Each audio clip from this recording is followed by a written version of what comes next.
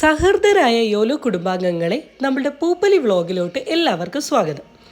ഏട്ടനുണ്ടെങ്കിൽ കാറിൽ പോയിക്കൊണ്ടിരുന്ന പൂപ്പലി വ്ളോഗിന് ഇപ്രാവശ്യം വെറൈറ്റി ഉണ്ട്. അമ്മയ്ക്കും അച്ഛനും ഒന്നും താല്പര്യമില്ലാത്തത് കൊണ്ട് എൻ്റെ കൂട്ടുകാരി അഞ്ജനേനെയും കൂട്ടിയിട്ടാണ് ഞാൻ പൂപ്പലിക്ക് പോയത്. ഒരാളുടെ ടിക്കറ്റ് ഇപ്രാവശ്യം 60 രൂപയാണ്, കഴിഞ്ഞ തവണ 50 രൂപയായിരുന്നു.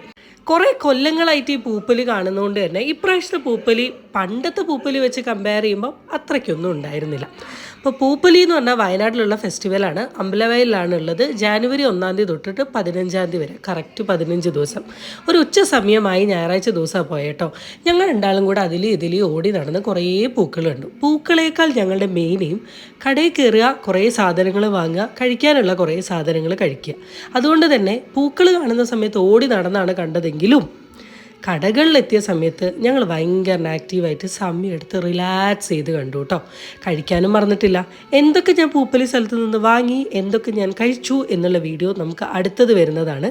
അങ്ങനെ അൺഎക്സ്പെക്റ്റഡ് ആയിട്ട് എൻ്റെ ഫ്രണ്ട് വൈഷ്ണവീനെ എനിക്ക് കാണാൻ പറ്റി. പിന്നെ കുറേ വെറൈറ്റി സാധനങ്ങളും ഞാൻ ഇപ്രാവശ്യം കണ്ടിട്ടുണ്ട് കേട്ടോ.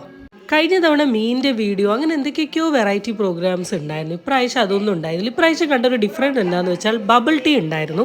ഞാനത് ട്രൈ ചെയ്ത് നോക്കിയിരുന്നു.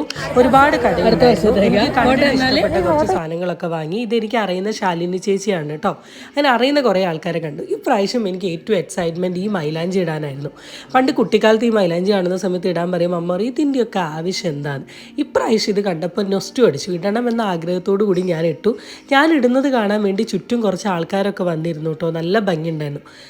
കളിക്കാൻ വേണ്ടി ഒരുപാട് സാധനങ്ങൾ ഉണ്ടായിരുന്നെങ്കിലും എനിക്ക് ധൈര്യക്കുറവൊന്നുമില്ല. എന്നാലും ചെറിയൊരു ഭയം ഉള്ളത് കൊണ്ട് ഞാൻ ആ ഭാഗത്തോട്ട് പോയില്ല.